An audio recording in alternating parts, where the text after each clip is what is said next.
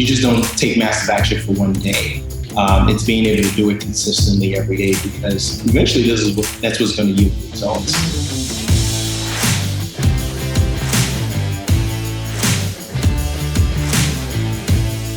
How do most agents who don't have access to the secrets that the top agents in our industry hoard to themselves grow and prosper in today's real estate environment? That's the question, and this video podcast is the answer. I'm Pat Hyben, and welcome to Real Estate Rockstars. Rockstar Nation, this is Aaron Amuchastegui. I am so pumped for today's interview. I can already tell from our pre-interviews and the conversation I got to have with these two already that we are going to have so much fun today. So this is our first couple that we've had on and interviewed together since I've been a host. Now they came on, we reached out to them because they were part of Realtors 30 Under 30, but as a two-person duo. So today we get to talk to Adedoyin and Amanda Adedapo. Now that is a tongue twister. So Adedoyin says I can call him AD today, right? So AD and Amanda, we have quite a lot of different stories to talk about. And how are you guys? We're great. We're doing good. Thank you for having us. That was a really awesome intro. Like the fact that I pronounced your name right, it was like I felt like no matter what happens now, I already aced the interview. Yes. I got your name right under pressure. So where are you guys from? Where are you guys doing business? So we're actually licensed in Maryland, DC, and Virginia. It's called the DMV, not like literally like a car, like DMV, like where you go get your like license change. It's called the DMV. So most people who practice in Maryland usually are licensed between those three places because it sits inside of the Beltway. So Maryland, DC, Virginia, DMV. Yeah, I'm learning that, right? So I'm not too familiar with that, but we've had a few people interviewed over the last probably 5 or 6 months that are big agents and big offices out there. And so now one of the last guys I talked to out there said, kind of during the crash, right? So like 2009, 2010, they didn't really see a crash out there because, government, whether or not who's in office, there's going to be people out there. There's going to be real estate. There's going to be a need. When the world is kind of falling apart, real estate just stays steady out there. Now, you guys haven't been in real estate all that long, but what have you seen the same thing? So like during this pandemic, have you felt like real estate gets stronger and stronger, or you felt like it slows down? Well, okay. Yeah, I would say for us, we've seen actually an increase in our area. Yes. And, like you said, we have multiple factors, right? We have the federal government here. We have a lot of big companies migrating over here, such as Amazon. So we've seen actually an increase in demand and also prices in the last couple of months, actually. Yeah, honestly, the average offer, I think we write on average every weekend about 5 to 6 offers. Mm-hmm. I think this weekend we broke 3 between both of us this weekend. And most offers are usually 10, maxing out at about $35,000 above list around here. We are seeing a kind of a strong market in most places right now. And it's kind of that lack of inventory is still there. Yes. We're just now starting to see like maybe some fallout with some, employment numbers and things like that. At the time we're recording this, they just kind of extended some unemployment benefits, but a little bit less. But I listed a house for sale, an investment of mine this week. And I originally was going to list it for $120,000. I was like, I think the market's strong. I'll list it for $140,000. And I got 5 offers at the opening day for like over asking.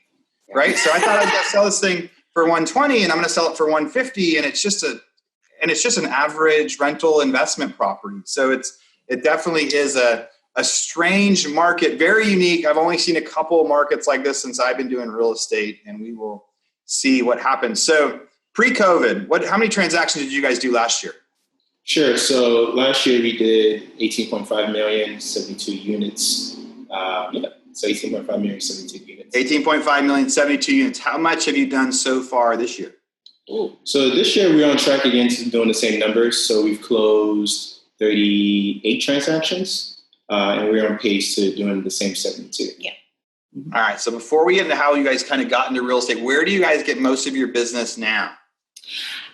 Wow. So pre-COVID, it was a lot of in-person events because we have a major focus on first responders and including teachers. So we used to do a lot of like setup for those types of events. So since post-COVID, we can't do those in-person events. So what we had to do, we started out with just text campaigns with loving on our database, but then also we did a lot of online events and a lot of those online buyers consultations, online buyers classes via social media ads, Facebook ads, Instagram ads. Yeah. So first time buyers, Sid? Oh yeah, absolutely. So a big part of our business, honestly, is the first time home buyer because of our age. A lot of times when you're working in real estate, you're working with people who know you, love you, and like you, right? And we happen to be under 30. Well, I happen to be still. Qualified for the award. No, he just turned 30 like days ago. So so a lot of our friends are getting into that space where they're establishing families, getting married for the first time, those types of things. So a lot of them are really raising their hands and saying, hey, I really want to embark upon this first time home buyer thing. And then another big funnel of ours is we actually do a large bit of business with Teachers Next Door. And Good Neighbor Next Door. And it's like a whole next door program. And we are the direct connect. When they found out we had this initiative for first responders, they were just like, yeah, let's do it. And so we control the majority of the territory for the DMV. Yeah. So tell me about that. So Nextdoor is like I think that's a website where people can ask questions about neighborhoods, or is it a program? Is it something totally different? Mm-hmm. Yeah. So we work with first responders. So Teachers Next Door is pretty much like an organization that connects first responders in different areas. Is that everywhere in the U.S. you think, or is it just in the DMV? It's national. Okay. It's national. So it's a nonprofit. So essentially what it does is it provides incentives for first responders. There's Good Neighbor Next Door. There's Teacher Next Door. There's Nurse, I believe, Next Door. Because the people who always come through that funnel, they're all medical, police officers, firefighters, EMTs, and a good amount of them are teachers. Yes. Rockstar Nation, this is Aaron Amuchastegui. Hey, I hate to interrupt the current podcast that you're listening to, but I am so excited to share this with you. I just finished interviewing the original host of this podcast, my good friend, Pat Hyben. I got to talk to Pat about how he started his real estate career and a whole bunch of tips and tactics that he used to be successful. So if you haven't listened to it yet, go check out State of the Market number 49. On there, I get to talk to Pat about all those different things. And in there too, he talked a lot about his 6 Steps for 7 Figures book and training program that he built over the last couple of years. And I realized I haven't done a good enough job of reminding all of you lately about all of the resources that we've built for you out there. So if you want to check out Pat's course, we've got like a 3-minute summary video when you go to it. It includes so many easy to follow tips that you can follow on like a day-to-day basis. You get email reminders, all sorts of different things that come with that course. You find that, you go to rebusuniversity.com, REBUS, rebusuniversity.com. Look at courses. You can find the 6 Steps for 7 Figures book. And really, there's a whole bunch of other courses in there too. Our normal prices used to be $1,500 or $2,000 a course. These are real deal professional courses. But now during quarantine, a lot of them are priced down to like $90, $95. So we've slashed the prices because we know right now is a time for everybody to be focusing on growth and education, especially while they're feeling like they don't have as much to do.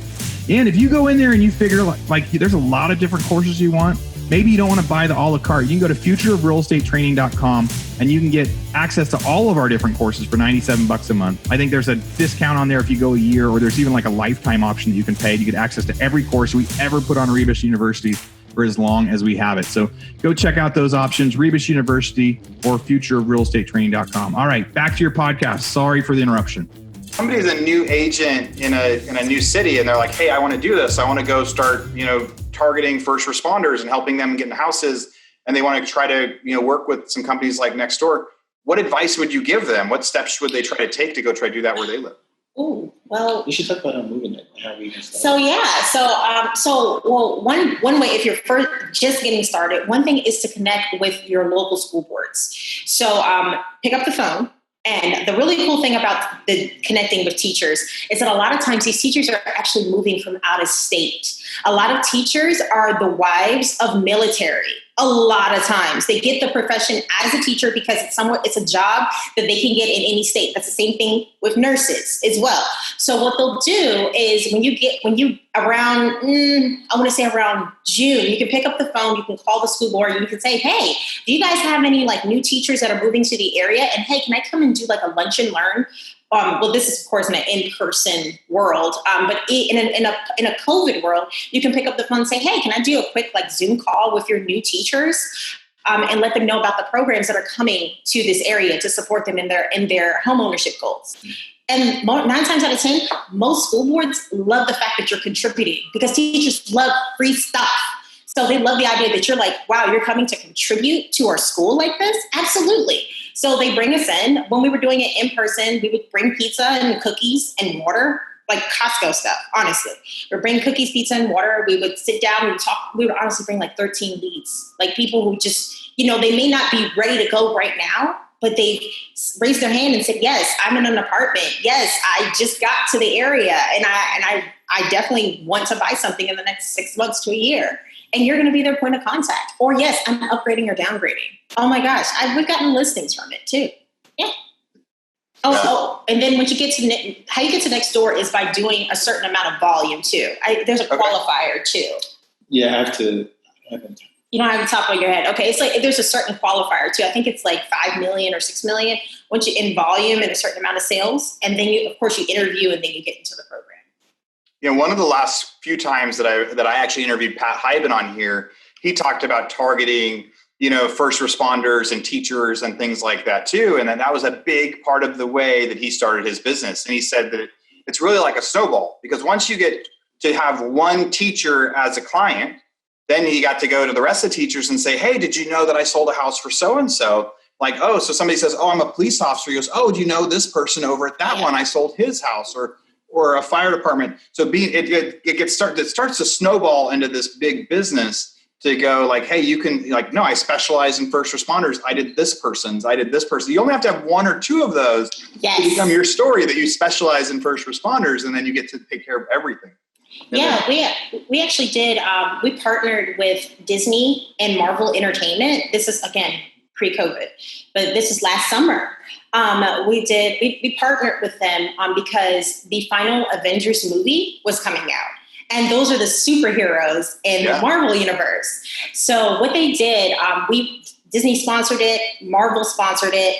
It was actually in our 30 Under 30 film too. We had 413 or 417 first responders, EMTs, firefighters, police officers. We brought the county out. We also gave, I think it was like $1,000. We gave a big old check to a deserving nurse. But it was our first responders movie night. It was our summer event because we do something for first responders every summer. So when we brought all those schools that we've been working with throughout the school year, we did this one big free event for them and felt packed. I mean, it was oversold. We had a line around the theater. It was such a big deal. So that's super cool. So if somebody, so that's something that, that when the world starts to open up, I saw in the news today, AMC Theaters is trying to figure out how they're going to do their new rollout, how they're going to start opening again nationwide. And I didn't see the details, but they are now, looking at saying, hey, we do want to open up theaters again. So you guys would hold a movie night and you'd reach out to a bunch of people and say, hey, it's free because you're a first responder. Just come on out. Yeah, that's literally it. And let's be friends. How did you reach out? How did Disney and Marvel find you? Did you guys find them? No, Amanda is resourceful. How did you do that? That's crazy. So the funny thing is, Marvel's phone number is actually on Google. So lie to you not. So what I did, because where do you start with something like that? Like that's such a huge undertaking because not only that, I also was able to preview Frozen 2, their trailer in our movie. It had not circulated yet. And we were able to preview because you get when you do massive movie nights like that, and it has like an amazing initiative, they'll give you stuff. Disney is so supportive in that regard, and they own Marvel, of course, right? So I called the 1-800 number, and the secretary at Marvel Studios in New York picked up. I was like, oh. Somebody answered the phone. You looked up Marvel on Google. Somebody answered the phone, and you're like, I was ready to leave a message. Exactly. I was expecting to get nowhere, honestly. But so I told her what we were trying to do. And she told me that that's actually in their sponsorship department. So, and also licensing, because you're licensing the right to use Marvel, Avengers, and get access to their trailers for social media and advertising and all that stuff. So she told me the email and the phone number. I called the phone number. Of course, no one picked up. I sent a really compelling email saying, hey, my name is Amanda from the Adedapo Group. I own a real estate team. I'm actually wanting to host this really awesome movie night for the real heroes. And we're going to call it the Real Heroes Avengers Movie Night. That's what we called it. And it's on Eventbrite. You can still search it to this day. So it's like, and of course the guy got back to me and he was just like, give me 48 hours and we run it past my superiors. But I think this is awesome. I think this is a great idea. So long story short, he had to tell me what theater I wanted to host it in. We wanted to host it in our community in Prince George's County because Prince George's County is going through a transition. We have a $500 million project. So, and there's a massive AMC theater that's going to still be a part of that $500 million project. So it was a good opportunity to get people from all over the community to see this huge excavation, like the frame of this huge excavation as they're parking, right? So once I partnered with that theater and they were like, okay, what movie were you looking for? What trailer package do you want?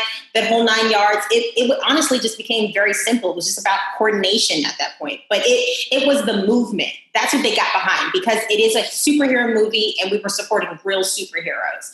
And it worked out. I tell you what, for listeners, I hope one of the things that you guys get out of that, or one of the biggest things you guys can get out of that is, so we have these broad ideas, right? Like that's a grand idea. Like, hey, wouldn't it be cool if Marvel helped us do this? And most people go, yeah, that would be cool, but let's just do our regular movie night. And most people would not look up the number or wouldn't call or wouldn't pursue it. And so what I hope you guys, all you listeners think about right now is right now, there's a lot of big ideas happening. There is, COVID and quarantine has really changed everything. It's made a lot of the world kind of go a lot faster than it was supposed to. Like some changes, like the amount of people that know how to use Zoom now is just through the roof. So some technology stuff has grown in a year, what would usually take 10 years, and other stuff has fallen back. So as you come up with these ideas, there's going to be some innovative ideas right now from people saying, hey, instead of doing this in person, we're going to do it on Zoom. Instead of doing it this way, we're going to do it that way. But don't be afraid to pick up the phone and try to just call somebody, like cold calling Marvel and closing that deal. All you agents out there, we're telling you to cold call buyers and sellers all the time, right? You're cold calling people all the time. So it's that same skill set that you have. But man, I think there's a lot that people can learn from that. So what a fun story. Hey, Real Estate Rockstars listeners, I am sorry to interrupt again, but I want to do a quick commercial break. But this commercial break is different. This is stuff that I think you need, and this is me talking to you about some of the stuff that we had. So, recently we had a lot of people reach out to us and say, hey, why don't you do a real estate mastermind? Why don't you do something where a lot of the listeners can get together and do some Zoom calls and ask each other questions and really just try to brainstorm and work together? I mean, there's a million masterminds out there. I don't know if this is something that we really want to do or not, or if we do, if we're going to limit it to maybe 20 or 30 people. We're just trying to figure out if any of you guys are interested. So if you have any interest at all in joining a mastermind with real estate agents around the country that are part of the Real Estate Rockstars network, go to hibandigital.com/mastermind and just join the wait list. It's just it's just an interest list for us to see, is this something we want to be doing? So that's number one. Number two, you go to hibandigital.com/foreclosures. We have a 2-day thing that we just finished recording. Now it's also inside Rebus University. And so you can go to Rebus University and look at it. If you're already a member of Rebus, a lot of you guys are in the monthly fee where you get access to everything. So we have new courses in there. It's 17 hours of content on how to buy foreclosures, on how to find deals, on how to, do title, go to auction, also turn that into clients for your real estate agents, how you can turn somebody that's in default behind on their mortgages into a client. So go, check out that course, especially for, you can buy the course now, but again, most of you guys already subscribed to all that. I just wanted you to know there's another 17 hours of content, great content that I just recorded on there that all of you guys have access to now at Rebus University. And then finally, we have software that we talk about on and off. It's called Padhawk. And in Padhawk, you can use that to go find leads. Everyone is really, really busy right now. And we're so busy. People are selling and they're saying there isn't enough product on the market. right? So they can't find houses. Well, Paddock will help you find houses before they're listed. It helps you find owners that should be listing their properties or people that might want to get there. I recorded a quick video. It's like 6 or 7 minutes long for you guys to look at, real estate agent specific, on how you can use the software in order to do it.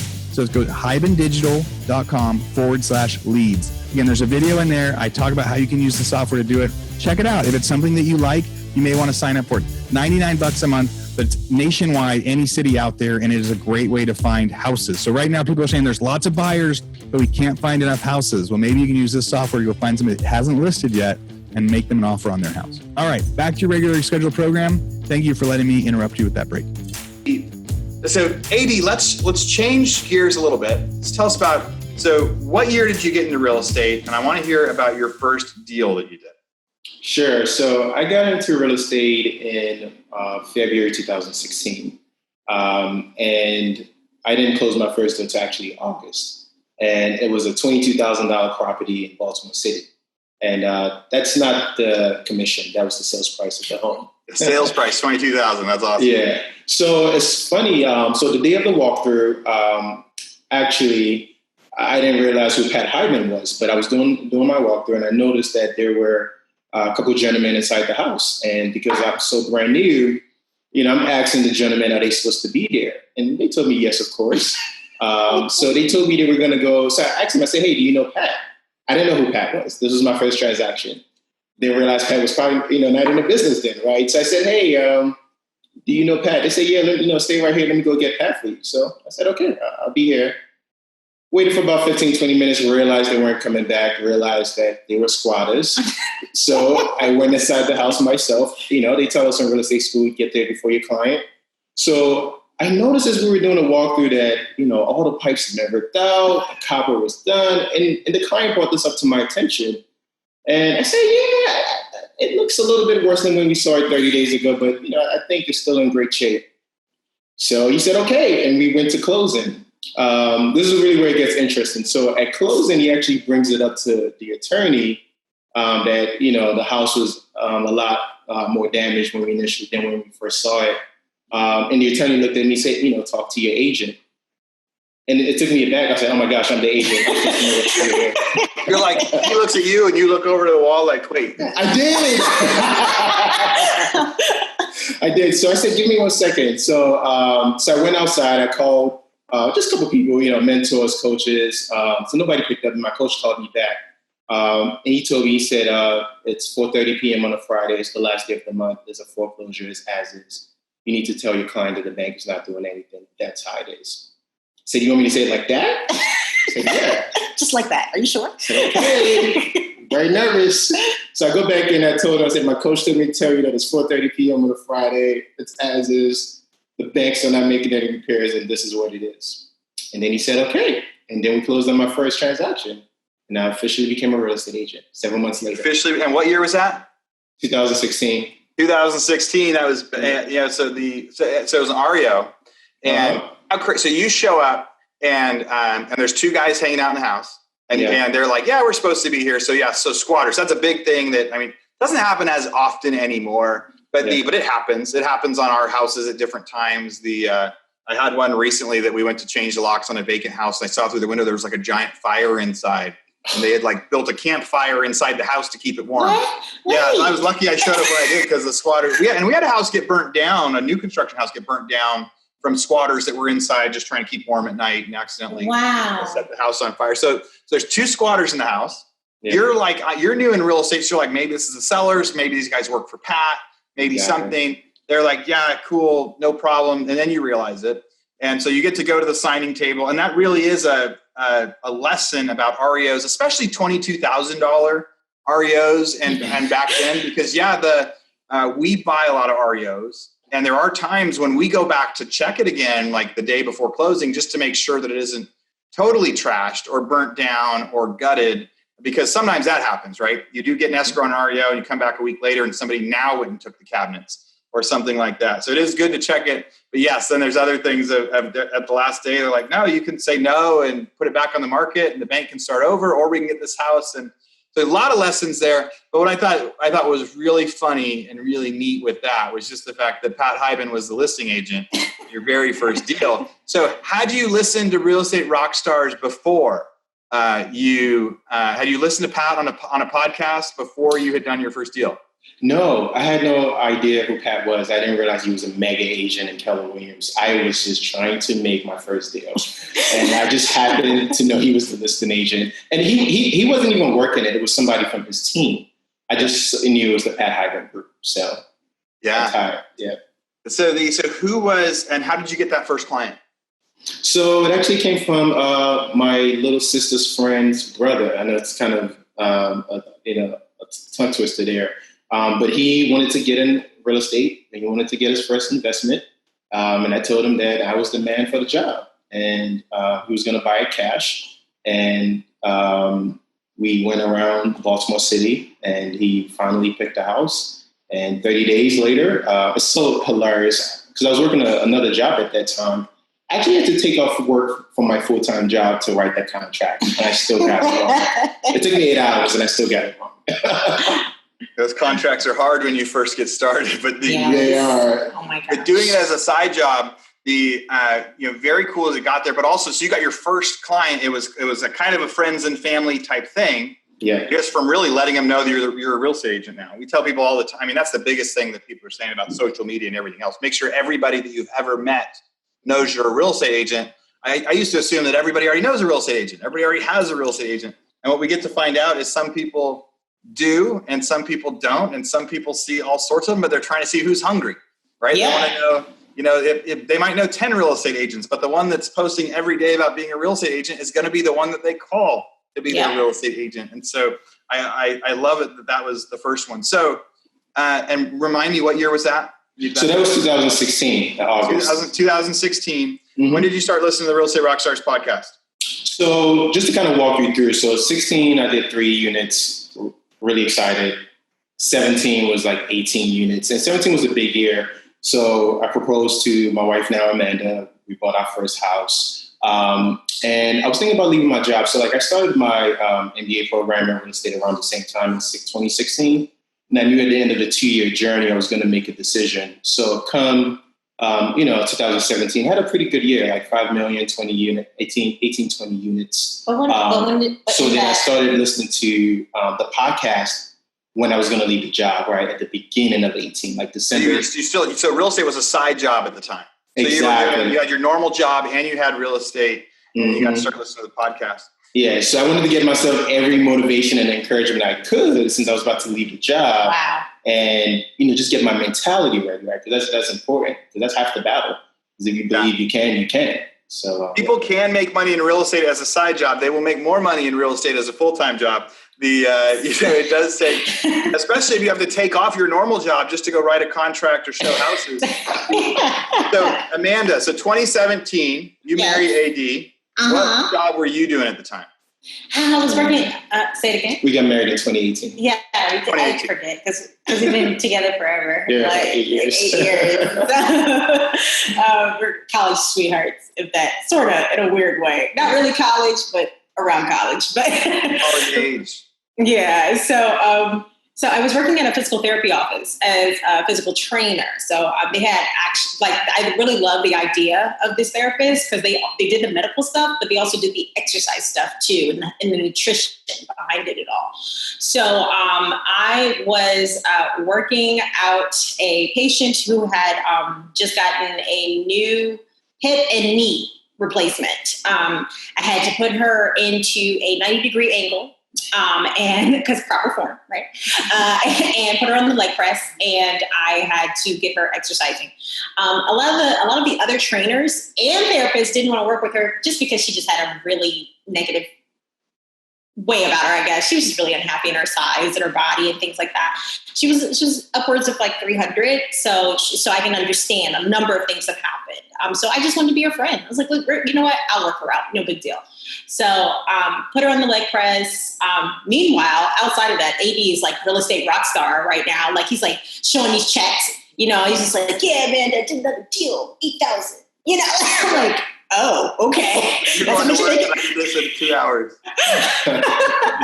Exactly. So I had to put her into a 90-degree angle, but the back of the leg press is actually facing a wall. So I'm small. I'm about $150 during COVID. Outside of COVID, like 140. So look. Everyone needs to qualify their pre-COVID life to their post-COVID life. Yes, I do, because I've been eating so many carbs. How many carbs they eat? Everything. Yes. Thank you. So I slid myself in between the wall and the back of this leg press. So like Spider-Man. So my feet are against the back of her leg press and my back is against the wall to get her into this 90-degree angle because she doesn't have the strength to do it herself. So I push into the back with my feet, using the balls of my feet because you never want to use your hips. I'm going so into calisthenics right now, but I'm pushing into the back of the leg press. And when I push, I go inside the drywall. Oh. Yeah. So you're at your job. Your husband's killing it in real estate. You are loving physical therapy, but then you have a moment where all of a sudden you push yourself and you fall through drywall at work. And what did your bosses say?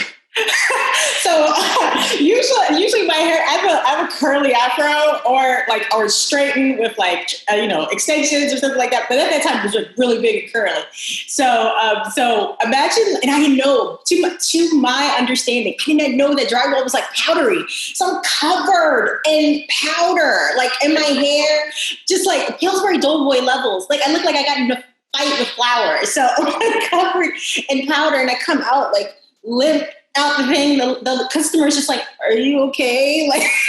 Trying to turn her head around because she doesn't have that much mobility. And my other coworker's like, because you hear a whole body go to drywall. Oh my God. So my coworker's like, is she all right? I'm like, I'm fine. But you immediately, I'm sorry, I'm sensitive. I immediately just start crying. I'm okay. Yeah. So my boss lets me go home immediately. He's like, go home. Let's just go home. Get some rest. And so instead of going home because I wasn't living with AD, so I went to my mom. I was living with my mom. So instead of going to mom's house, so my mom can remind me that I wasn't using my great degree, she's like, this is why you should be using your digital media degree. You got a degree in advertising. Why are you not using your degree? You should be in a marketing firm.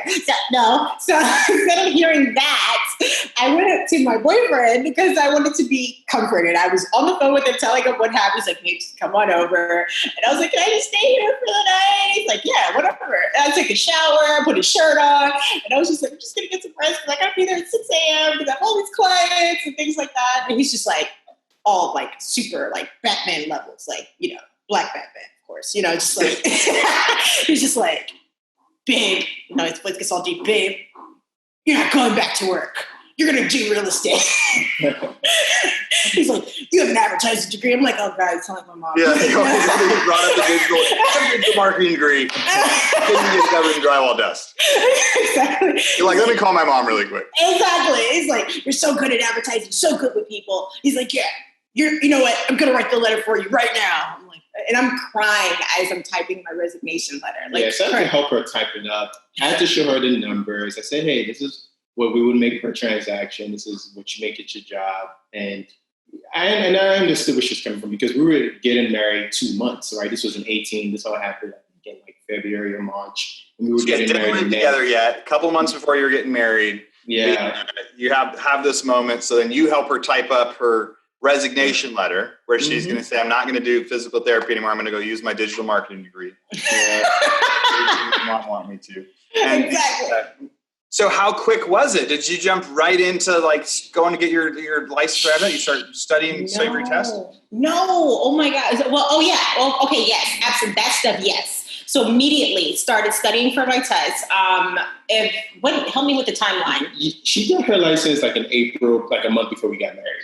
Yeah. So it took me it took maybe a month. Yeah. It was really, but that's because that was all I was doing. I was like, real estate though, because really, whoever's out there listening, if you don't have a license yet, you can get a license just about anywhere in a month or two.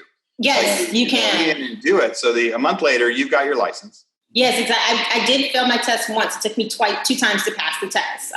But that was all I was doing. I was jamming, literally studying everything that had to do with like real estate because this was a brand new industry.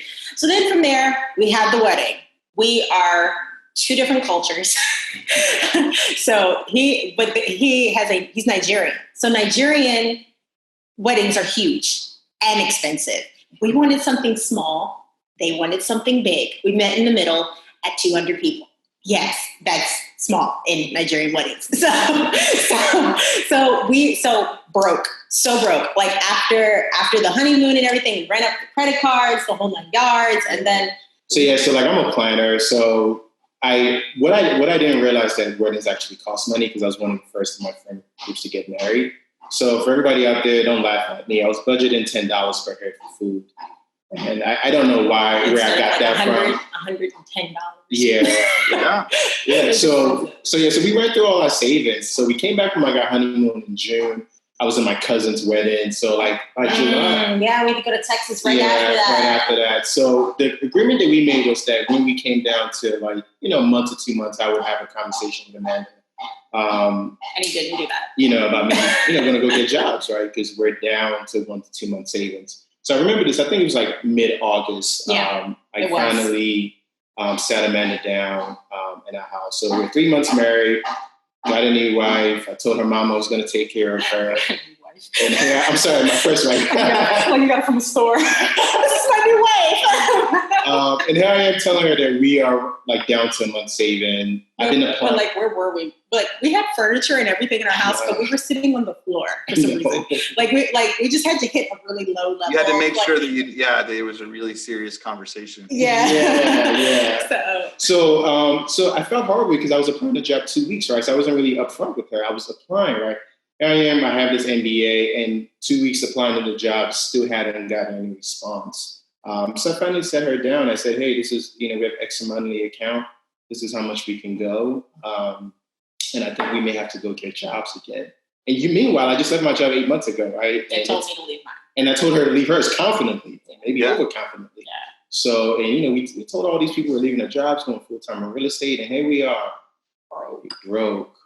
So this was August. So we felt sorry for ourselves. I think we had like maybe 30-minute, 40-minute conversation. And then I was like, all right, I've heard every story from Keller Williams. Yeah. I've listened to all the podcasts, including yours, Mr. Pat, if you're out there listening.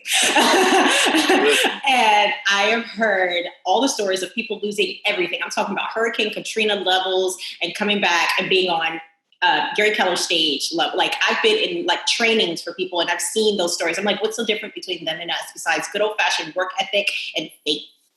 So let's pick up our big boy and big girl pants and let's go to work. Period. That was the conversation. It was like, we decided that we were going to do this. We decided. We're going to do it on a high level. And we're going to do it on a high level. We are not going to be average because I don't do anything average. So like, let's do this. So we picked up the phone that following day and we hit those calls like a telemarketer. And guess who rescued us out of our month? Literally who rescued us? My mom. So she was your first client, or she's like, hey, I'll loan you money until you sell a house. My mom was my first client. She did not give me money. No one gave us money. Okay. My mom. So when I told her, I finally mustered up the guts and said, yes, mom. No, mom, no, I'm not doing digital media, but I'm doing real estate. Real estate? She's online, I promise. So after we got through the conversation of real estate, but I'm a real estate agent, like car salesman. No, mom, I'm with this awesome company named Keller Williams. Who's Keller? Yeah. So we're having that conversation, but then I explained to her everything that's going on. But then she paused for a second and she was like, well, Amanda, I've been in this condo for like 6 years. It was a nice condo, 2-floor condo. It was like a really nice, she was on the top floor and she had a loft and a fireplace and a beautiful deck. It was really nice and a really nice community too. And she was just like, she's like, I'm just tired of sharing walls. She said, can you take me to see houses? And I was like, I don't see why not. I don't see why not. I don't see why not. Like she's like, maybe I should talk to a bank. Should I talk to a bank? To get a mortgage and stuff? And I was just like, you know what? Let me find out if you should talk to a bank. Absolutely. So I can call my mentors. Yeah. Exactly. So like, let me have that conversation for her. So she got pre-approved. Like I walked, and then also the agreement she made with me, like before she hung up the phone. I remember this, like before she hung up, she's like, Amanda, she's like, whatever you put yourself into, you go hard at it. Like you love hard, you work hard, like you do everything on an excellent level, to the point that I put a little bit too much pressure on myself. Like he can attest to that so much. She's like, Amanda, take it off. Like you're not Wonder Woman, like take it off. But like, she's like, it's okay to bump your head with me. Learn with me. So when you get to your next customer, you'll be like super awesome. So don't feel like you have to be perfect for me. Like learn with me. And so that was really awesome. So I bumped my head so much with my mom. But I learned negotiations. Like I got my mom, and this is during a time when this is not normal. Like in Prince George's County, you cannot buy a house like $5,000 or $10,000 below list. But I went hard for her, and I was able to negotiate the price down for her in the DMV. Yeah, right. But that was my first deal. And yeah, here we are. What a gift she gave you by even giving you permission to be like honest and open and say like, hey, it's your first deal. You don't have to be perfect. You know, I try to encourage people like when they're new to tell people, hey, I'm new. Hey, this is my first deal. Like I will give you a whole bunch of my effort, but I'm not going to do it perfect yet. But I promise I'm going to work harder than anybody else because this is my first deal, right? Like and being able to communicate that. There were so many parts of that story that I love. I mean, my wife and I didn't pay off our wedding until like 3 or 4 years after we got married. You know, we had that debt forever because we had some similar things that pushed us into a large wedding. And at a time, I was an employee. I wasn't an entrepreneur yet. And so they had that fixed income. So we could pay a certain amount toward those credit cards every month, but we weren't really going anywhere with that. So it took us a few years to do that. And so I love that part of your story. And I really love the part where, I mean, every great success story, every great anyone that you see on stage anywhere gets to say, I hit rock bottom doing this, or this is how bad it got and I brought it back, right? And you guys getting to sit in that moment and go, okay, so now we have more debt. We tried all these different things. Now we have to try it. Let's come up with new goals and do it. Like we're gonna jump up and we're gonna hit the phones tomorrow. And and if you're a listener out there that through COVID hasn't jumped up yet, this can also be that moment where you realize like, hey, other people are getting up and doing it. I've talked to a lot of people lately that have been depressed for 5 months. They still haven't been able to snap themselves out of it. And it doesn't mean there's anything wrong with it. It just means different people are affected profoundly different through quarantine and everything else. So if you're listening and that's you, and it's time to like say like, hey, I'm going to commit to this new goal. The other really cool thing that Amanda and AD talked about there, and something that I've experienced is, so sometimes you write down a goal. Your goal can be crazy. I want to make $5,000 this month. I want to make $10,000 this month. I want to make $100,000 this month, whatever it is, and then getting into massive action right after. So they said, hey, we're going to do this. Their massive action was they got on the phone and called everybody in the world. Now, one of the funny things, if I like to say the way that God does it, right, is you put forth the effort. So in that goal, you say, hey, I want to get my first deal. And so you call everybody out there. That first deal doesn't come from that phone call, but as a result of that effort, it gets delivered. Right. So that happened to me recently. I had a new goal of a certain amount of money I wanted to make. And I was like, I'm going to do it the old fashioned way. And I'm going to actually reach out to some of those people myself instead of having my team do it and say, hey, I want to buy your house. And I spent like 3 days really digging into that, working around the clock, trying to get myself back into that. And then I had a couple big deals kind of fall in my lap that were totally unrelated. But it was that reminder of like having a goal, stepping up and putting forth massive action. And it might come from that action. It might be somebody answers that phone and gives you the listing, or it might be just the result of the world saying, hey, you've put in massive action, so now I'm going to send something your way. Can I add a gem to that? Yeah. And also for listeners out there, just copying you, don't block off opportunities. A lot of people don't call the person that may say yes. A lot of people may have in their mind, oh, it's her mom. Yeah, duh, she's going to help her. No. Yeah. My mom was the last person, like the absolute last person that I would think that would use me as a real estate agent to buy a house, a newbie. My mom's not she's a caring, giving, wonderful mom, but she also believes in work ethic. She raised us that way, like hardcore, you will earn it type of thing. So it blew my mind. Like, don't block off, like, don't skip. Like when you're dialing and you're like, oh, I had a bad interaction with that person. That person may have had a bad day. Call them again and bring some joy to their day. Have a conversation about something that's totally different, that has nothing to do with real estate, and then drive the conversation back to real estate towards the end. But like, don't knock off any opportunity. Don't block any opportunity, because there is someone there that's going to say yes, and they may come from the most rare person that you wouldn't expect it from, honestly. Yeah, don't assume that there's a no. Don't block off the opportunity for it. So before we got onto this call, we talked a little bit about traveling. So pre-COVID quarantine, I used to travel the world. You guys used to travel the world. Where's the first place you're going to try to go when you're allowed to go again? You have like some stuff in mind. Like right now, my family, we're leaving in an RV in a week to like go do the cross country trip, and we'll find places we can go and places that are closed and places that are open. But where are you guys going to go first? So we're going to go to Bora Bora. So when we met at like 22 years old, this was like one of the places we've always wanted to go to. We saw the price tag, and obviously at 22, specific place. That's where we went on our honeymoon. Our Costco honeymoon was Bora Bora. It put us into debt. But he said Costco honeymoon. I didn't know how to travel back then. Go ahead, but keep going.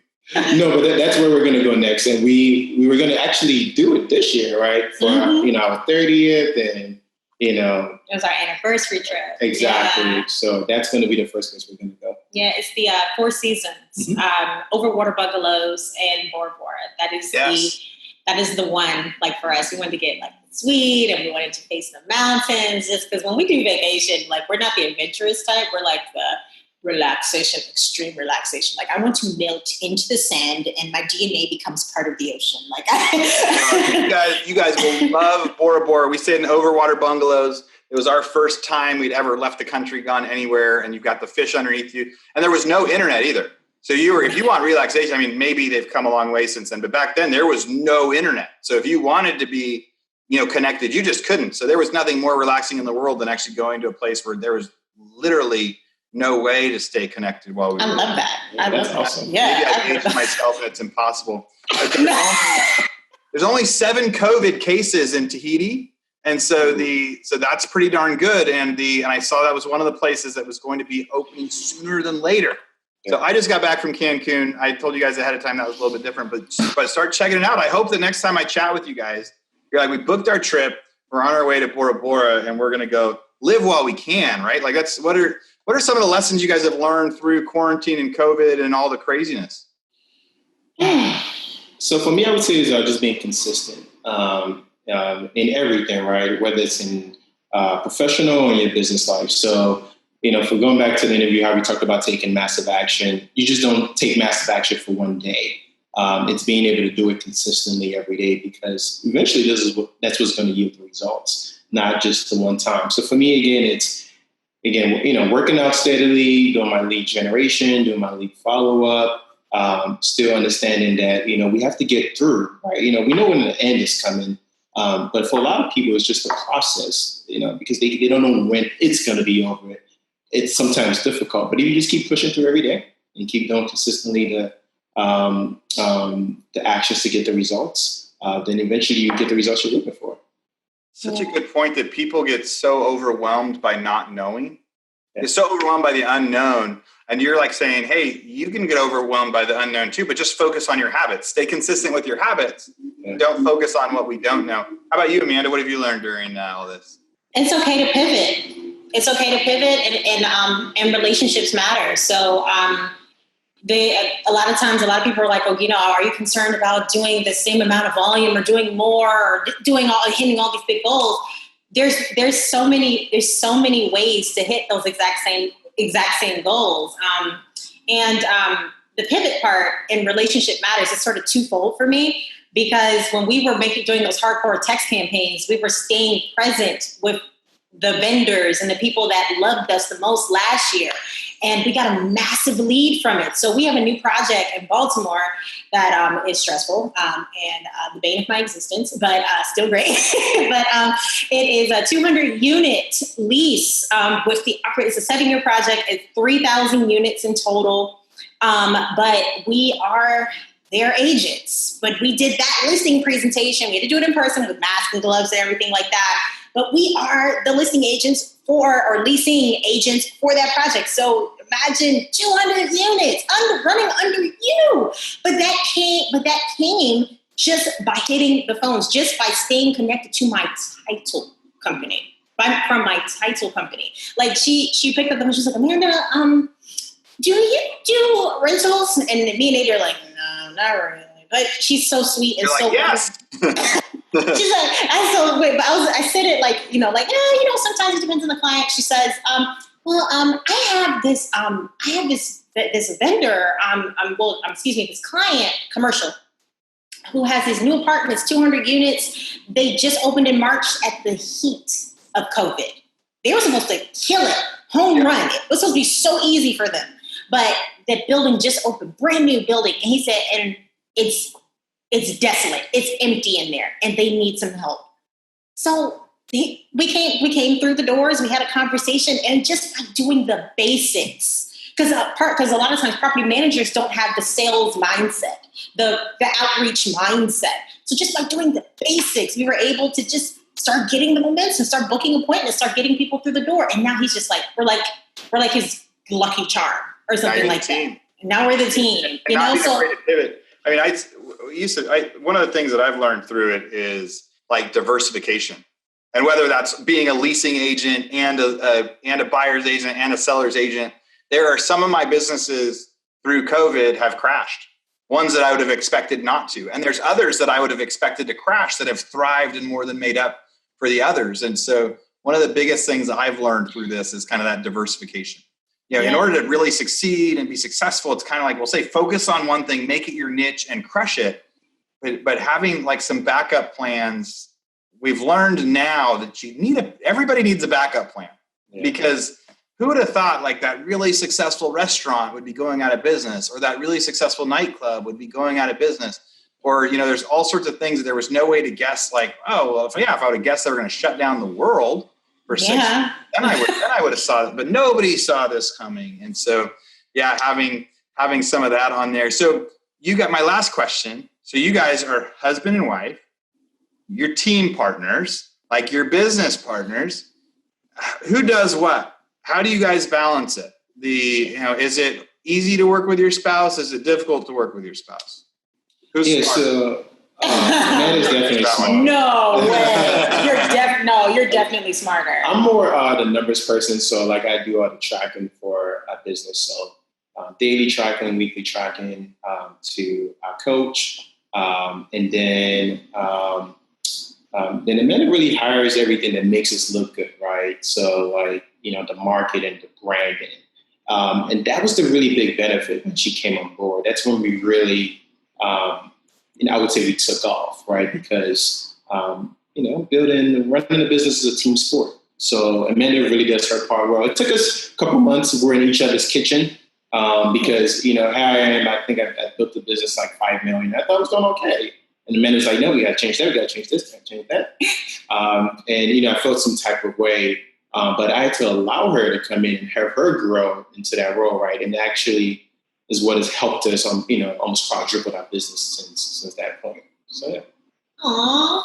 That is, I tell you what, from spouses working together, I think that is a big part of it and being able to separate like work life and family life, right? And going, hey, whose part is this? Whose department is this? Just like running a business too. In business, we have to figure out, when we hire who's going to do what role, and it shifts a little bit, but it's a lot more personal when it's your spouse. Amanda, anything you would add for like advice that you would give to somebody if they're like working with their spouse or going to work with their spouse, something they should think about or something that would help them? Take an opportunity to understand your unique gifts, and also don't try to change each other. The only person that can change someone is that person. You can only change you. You can't change anyone. So sitting there and saying, if I can coach them and do this and do that, but do they have the affinity? Do they have the motivation? Do they have the behavioral type to be able to do that? So I first came in before I decided to get my license, I first came in as AD's admin. I don't have admin behaviors at all. I'm a hunter, period. I'm a ISA, maybe. Maybe, but I like to close. I I like sales. I like the behavior of sales. So, but once we begin to figure that out, so him trying to like make me sit at a desk, it wouldn't work. So he had the openness to, okay, what are you good at? What do you like doing? I like talking to people. I like making friends. He's like, you need to get your license then, babe. You need to get your license because that's how you get to talk to people. That's how you get to know people. So, and that's how you get to market and sales. So, yeah. And you can even see it in a small part of our business, right? So, like, before Amanda came in, I was reaching out to, the first responders, right? How can I get into schools? How can we get in contact with the, fire chief, the police chief? And then Amanda came with this grand idea, right, with the movie. And that really took us through the map because now when we're talking to people, we're like, oh, yeah, we're local first responder agents in your community. Yeah. We gave dictionaries. We gave dictionary money project. to That too. Yeah. So, it's like she amplifies what I'm already doing on a regular level, and she makes it even better. But again, like it took us time to be able to figure that out. It took us months. Again, it goes back to the process. You see, yes. I'm a big delayed gratification guy. I learned to be that way. Yeah, I understand that I cannot be a mega agent like tomorrow, right? I understand it's gonna take a process, and that's what you really learn. It's not about the destination because whatever number you're thinking about that you think you're gonna feel great once you get there, it's you're just gonna move it again. Right? It could be 5 million. And once you get there, you're like, I want to do 10. And once you do 10, you want to do 20. Once you do 20, you want to do 30, where we're at, you want to do 40. Yeah. And it just keeps going up. So learn to enjoy the process and learn to be present. Be present. That's why it's called a present, right? Yeah. Ooh. I can see. Go ahead. I can see Amanda's ready to change our world. Go ahead. Love your partner. Love your partner. If it is your spouse, if it is actually your spouse, like take time to cheer them on. I noticed that a lot in like marital, like relationship things. Like they see everything as an expectation and not a gift. Like when he does the numbers for me or when he reminds me of my appointments, because I'm horrible with calendar management, I take the time to say thank you because it is not an expectation for him to do that. He's doing that because he understands that Amanda sucks at this, but also he's doing it for the business. So it is my duty to remind this man every single time he helps me that he is great, that he is a great husband, that he's a great business partner. So partners, even if it's not your spouse, take the time to vocalize to the people that make your business grow that they are awesome. Like you use your words to do it. You take the time out, even if it's an email or a text, take the time to say thank you because nothing is an expectation. Everything is a gift.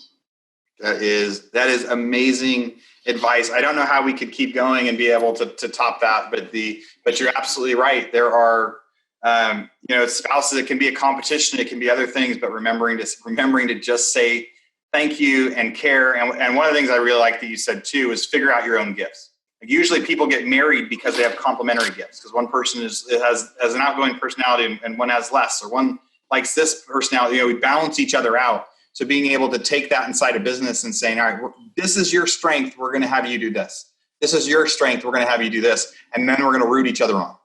And instead of competing, we're going to root each other on and know where we are. That was such a fun interview, guys. There's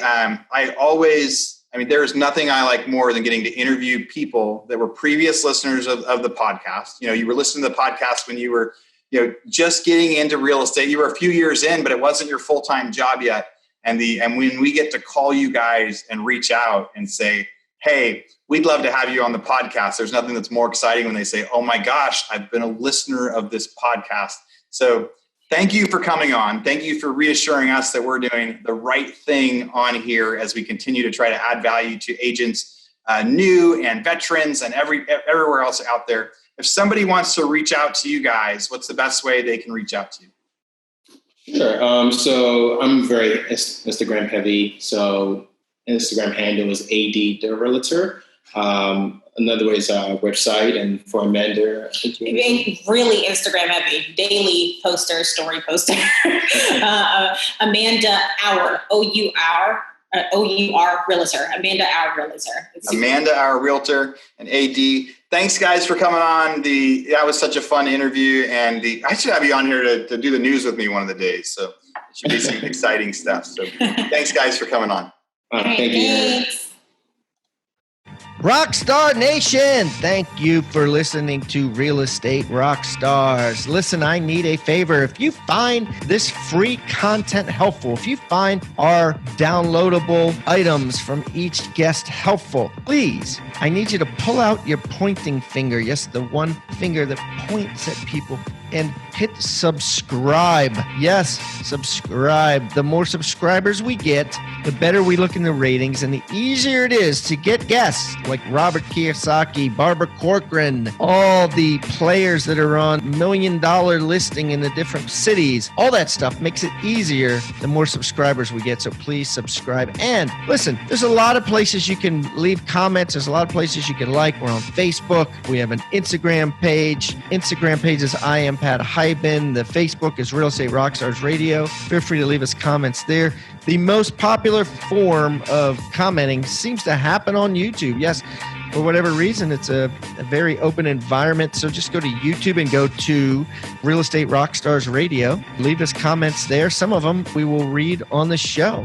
We love your feedback. So thanks, guys, and I hope you are having a great day. Oh, and also, listen, if you're going to subscribe and you haven't already left a review on iTunes, please do that too.